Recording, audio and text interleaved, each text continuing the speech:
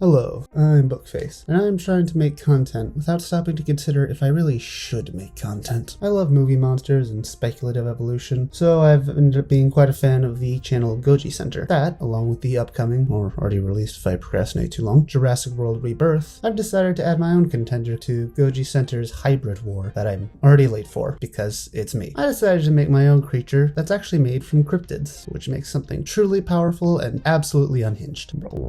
Hey, you're the one who wanted more work. When it rains, it pours. Now, can we defeat the deadly Indom 2.0 with my cryptid carnivore of Cretaceous craziness? Let's find out. So with that out of the way, let's jump right in. Woo! So to start, we've got our base genome, which I'll be taking from the Kasai Rex. There may be some stronger, bigger cryptids out there, but I had to go with big theropod dinosaur. Just, staying on brand. It's not big creature war.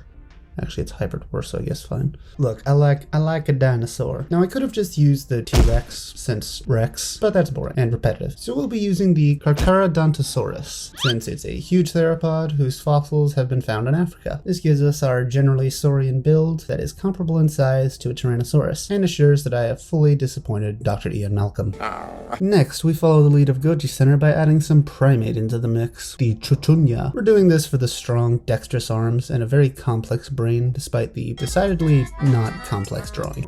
Oh, yeah, it was from an old video. It was, Welcome to Bigfoot Fight Night! You ever make a decision and know for a fact you'll regret it in the future? We're using the Chuchunya specifically because out of all the hairy hominids, these are one of the few that are actually sighted wearing clothes. Good grief, he's naked! Which implies a more complex brain that allows for the crafting of simple clothes and tools, presumably. And of course, the arms in general give us the advantage of aggressive yoinking. For a third edition, we have the Wahila. Now, I considered using a direwolf for comparison, just because everyone knows what a direwolf is, but the closer, more scientifically accurate option here is the Amphicyons, or bear dogs. These animals have a super strong bite force, though I don't have a solid number, because I'm not that smart, and the cryptid version of this creature has a tendency to decapitate its victims. So no head? Which says something about bite force, and also how utterly vicious this creature is. And as a bonus, we also get the increased sense of smell and hearing offered by canines. Also, we're keeping the teeth, but only the canine teeth. We'll worry about the rest of those later. You just gotta deal with his gums for now. Next, to really just throw things off the rails, we have the Chirufe. You're gonna have to bear with me here. Now, this thing is admittedly a mostly mythical kind of creature, but it does have a cryptid version. I talk about this in depth in this video here. Look, the first video plug was ironic because it sounds so stupid. I actually want people to watch this one. No retard on it. Now, we'll be using the skin of this hypothetical cryptid Chirufe since they live in volcanoes. To understand, we'll have to discuss an entirely different creature, the scaly-foot gastropod, which I also did a video on. Look, gotta write what we know, man. These snails survive volcanic temperatures with iron scales, so the Chirufe, and in turn our hybrid, would presumably be completely covered in these iron scales, which gives us some super defensive skin and an added bonus with our next addition, that being a specialized form of defense coming from the Lao, I talked about very recently. I swear this isn't just one giant ad. Now, for our scientifically accurate version of the Lao, we're just going to use the electric catfish and assume it's a giant version of that. And this gives us the barbed whiskers, both for style and a little bit of offense, and also electrogenic organs in the body. Now, being able to produce electricity is already pretty good, but now imagine our electricity producing creature is also covered in conductive material, aka iron. And with that little bit of logic of combining creatures' features in a unique way, now it's time for a layer of absurdity with the Zambazara, which is a hedgehog that inflates like a pufferfish. I'll admit this edition is partially just because it's super weird and pretty funny. There is technically a purpose. Now when this thing inflates, it pushes out spikes for offense and defense, and I'm also going to see these quills as a holdover of the Chirufe are also made of iron, which would also extend the zap zone. Also, fun fact, because I had a hedgehog as a pet, when hedgehogs push their quills out, they make a little sneezy noise. Now, this is an entry that's super easy to double check since this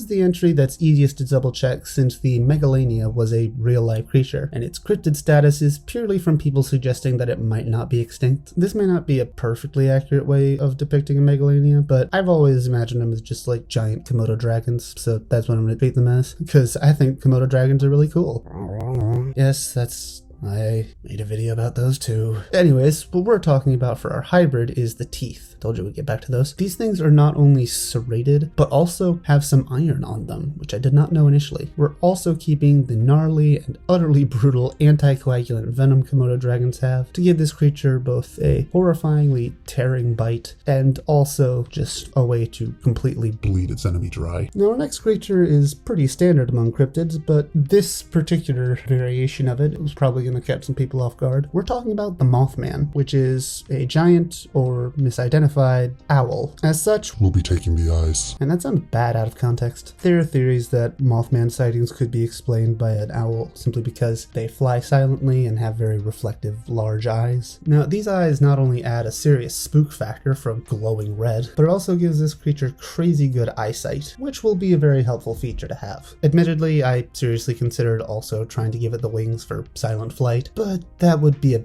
bit too much of a stretch since I'm still trying to make this somewhat realistic. It would be really funny though. Now we have a funky critter that you could closely relate to an otter, but it's not really necessary since the detail we're keeping is not a factor of any real life animal. The part we're sticking with from the Awizotl is the hand at the end of its tail. This adds an extra layer of dexterity and a point for surprise attacks, and we'll also be adding in the ability to make a noise to lure in prey since the Awizotl is known to do that. This both as a way to control a fight by bringing in targets, but also to add a layer of psychological horror in the form of baby crying sounds coming from this giant monster.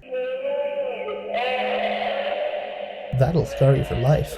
However much life you have left. And finally, we have the Mapinguari, which, when viewed as a cryptid, is often compared to the ground sloth, like a Mylodon or Megatherium. And from this, we'll be keeping its massive claws, which are utterly terrifying. Look at these old claw marks in rock from ground sloth claws. Now this helps us out since our target in question is heavily armored, because yeah, if these claws can tear through solid rock, they're going to do some damage, no matter how armored you are. And with these powers combined, we get the Obscurus Rex. Or OR for short. So let's talk about how a fight between the Indom 2.0 and OR would go. Maybe. First up is the initial strike. OR utilized its vision, smell, and hearing to get a good bearing on where its target is, and used its more complex mind to come up with a really good plan to sneak up and do maximum damage right from the start. Now, the OR will likely charge forward and grab a hold of its enemies with strong arms, and position itself to get a pretty heavy bite on a vulnerable area like the neck. Next move of OR will be pushing the enemy away and either focusing on offense or defense, most likely depending on how the Indom reacts. If OR has to go for the defensive route, it can rapidly expand its body with the Zambazara DNA to both keep some distance and also make it harder to target internal organs. Now, the objective here is to just wear the Indom 2.0 out until it just bleeds out from the anticoagulant venom in its body, but assuming it goes for some retaliation, the iron-covered hide will deflect most attacks. If it does somehow get a hold of OR, all it takes is one strong zap to repel, incapacitate, or straight up eliminate its opponent. If the OR chooses to go on offense, however, it can use its durable claws and extra hand at the end of its tail to slash away at its target to accelerate the bleeding until the opponent goes down. So, have I created the ultimate beast that could stop even the strongest genetic monstrosities? Probably not. I'll be honest, I'm pretty sure the people at Goji Center are just smarter than me. Wow.